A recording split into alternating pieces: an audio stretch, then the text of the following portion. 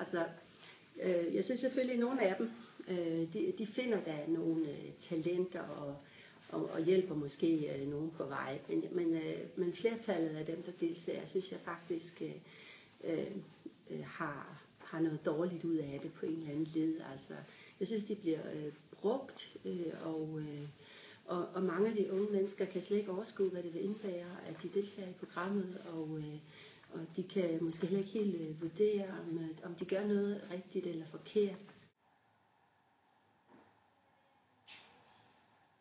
Men det kan jo være, at der er mange unge i dag, som meget gerne vil stå på en scene og gerne vil kunne styre iscenesættelsen af deres eget liv, og det kan man jo gøre i et program, hvor man er på. Måske har mange unge også været vant til at være på i deres familier. Jeg ved ikke, mange børn og unge er jo projektbørn og ønskebørn, og man har gjort alt for dem, og de har faktisk altid været midt på scenen, og så bliver forældrene måske også skilt, og så er de hos den ene forælder og den anden forælder, og når de er de pågældende steder, så er de også igen meget i centrum. Man vil gerne gøre alt for, at samværet er godt, så man er måske også lidt vant til at være på scenen, og tiltrækkes af sådan nogle programmer, hvor unge mennesker er på scenen, hvor man er på.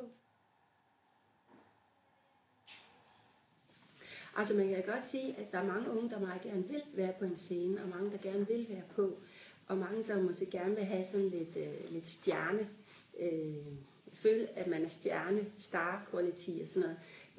Det bliver man meget tiltrukket af i dag, måske mere end førhen. Ja. Altså, man har selvfølgelig succes den ene dag, og så den næste dag er man glemt. Og det kan være svært at svinge mellem de to ting. Så tror man, at alle kan lide mig, og alle synes, jeg gør det godt. Og så næste dag, så er der bare ikke nogen, der interesserer sig for en, fordi så er det slut. Og det er man nok nødt til at være forberedt på inden. Og så får man måske også kontakter til alle mulige, der også er med i de her programmer. Der kan jo være mange ener blandt dem, og alle er glade, og alle beundrer alle, og det hele er fedt. Og så er der måske ikke så meget i det. Så pludselig er det slut og glemt. Synes du, reality-stjerner udstiller sig selv? Ja.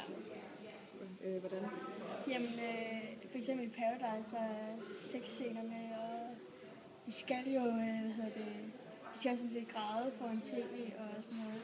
Sige grimme ting til hinanden. Og sådan noget. Synes du, reality-stjerner udstiller sig selv? Ja. Hvorfor? Eller hvordan? For eksempel Amalie, hun er bare blank. Hun spiller lidt dumt nogle gange. Ja.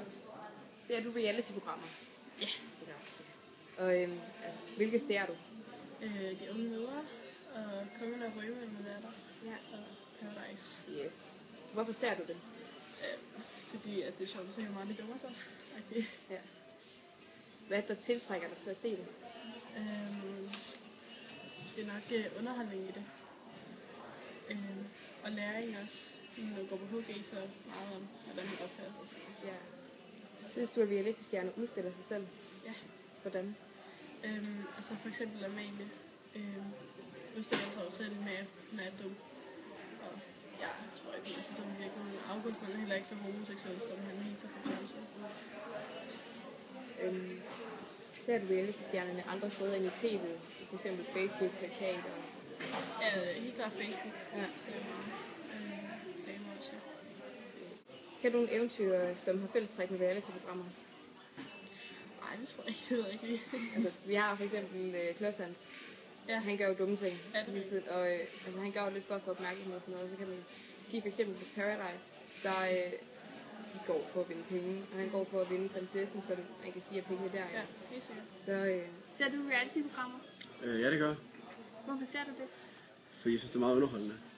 Og så, altså, det er jo samtidig sådan, mange gange sådan et samtaleemne også. Ja. Fordi det er så pinligt meget af det. Og når de dummer sig, det er jo det, folk gerne vil se. Ja. Hvilke programmer kan du bedst lide at se? Altså, hvis jeg ser nogen, så er det, jeg tror det er Paradise Hotel, og så det der Friste. Ja. Det er jo dine programmer ugentligt. Ja, Hvorfor? altså, fordi at det, altså, nu er der sådan lidt mere sammenhold med det jo. Og så, altså, det er meget sjovt, fordi at, altså, så har man noget at snakke om. Ja, og så hvis man ikke ser det, så har man ikke noget at snakke om.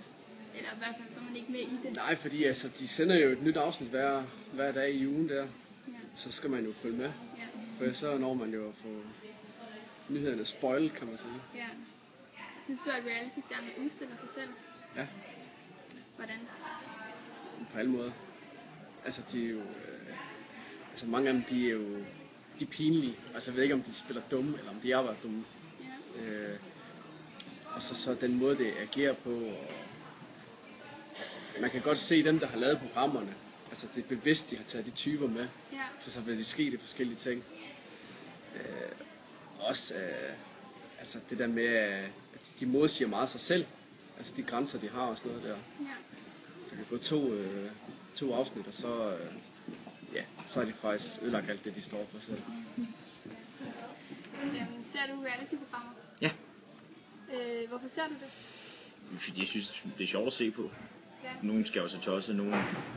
Ja, altid noget. Så Paradise Hotel, der er lidt dummere i hovedet. Ja. Altså, bare for at tage et eksempelvis. Det synes jeg er meget sjovt at se på egentlig. Men også, der er lidt drama i det. Det er meget fedt. Kunne du selv tænke dig at være med i reality-program? Nej, ikke sådan lige ud.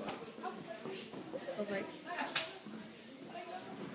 Jeg har ikke lyst til at være på tv, som at være med i noget. Det var der en gang, jeg havde lyst til det, men det er sådan dårligt, fordi det blev mere realist. Ja.